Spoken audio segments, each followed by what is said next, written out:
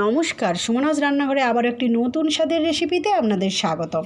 আজকের একটি দুর্দান্ত শোল মাছের রেসিপি আপনাদের সঙ্গে শেয়ার করব। যদি আগে এইভাবে বানিয়ে না খেয়ে থাকেন, একবার এইভাবে বানিয়ে খেয়ে দেখতে পারেন, আশা করি খুবই ভালো লাগবে। প্রথমে মাছগুলোকে ভালো করে একটু ছোট ছোট করে কেটে নেবেন। কেটে নিয়ে তাতে পরিমাণ মতো নুন হলুদ দিয়ে মেখে রেখে দেবেন। একটা বড় পেঁয়াজ বা দুটো পেঁয়াজকে একটু বেশি পরিমাণ পেঁয়াজকে কুচি করে নেবেন। নিয়ে একটা বড় টমেটো নিয়ে নেবেন কুচি করে। তারপর এদিকে গ্যাসে কড়াই বসিয়ে কড়াইটা গরম হলে তাতে পরিমাণ মতো দিয়ে দেবেন সর্ষের তেল।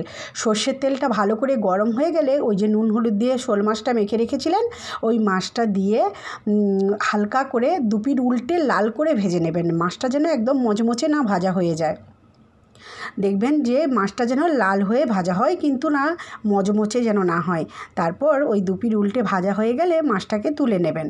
তুলে নিয়ে ওই কড়াইতে আবারও কিছুটা পরিমাণ সর্ষের তেল দিয়ে দেবেন। সর্ষের তেলটা ভালো করে গরম হলে তাতে ফোড়নে দিয়ে দেবেন কিছুটা পরিমাণ গোটা জিরে।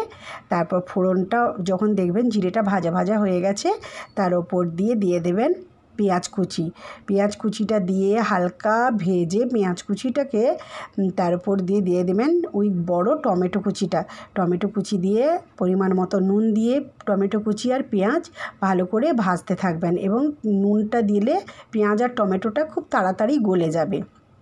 শোল মাছের এই রকম রেসিপি যদি আগে বানিয়ে না খেয়ে থাকেন, একবার বাড়িতে বানিয়ে খেয়ে দেখতে পারেন, আশা করি খুবই ভালো লাগবে। একদম ইউনিক রেসিপি।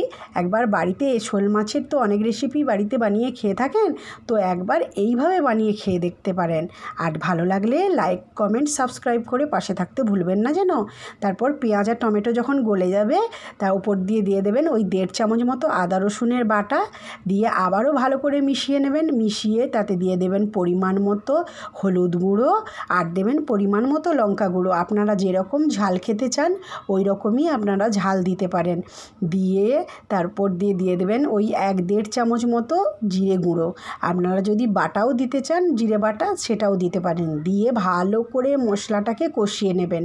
দিয়ে মশলা থেকে যখন তেল ছেড়ে আসবে, তারপর ওই যে ভেজে রেখেছিলেন মাছগুলো, ওই মাছগুলো দিয়ে ভালো করে মশলার সঙ্গে মিশিয়ে নেবেন।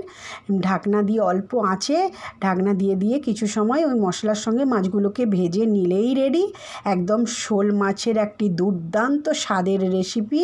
এইভাবে আগে যদি বানিয়ে না খান, একবার বানিয়ে খেয়ে দেখতে পারেন, আশা করি খুবই ভালো লাগবে। আর সময়ও কম লাগে।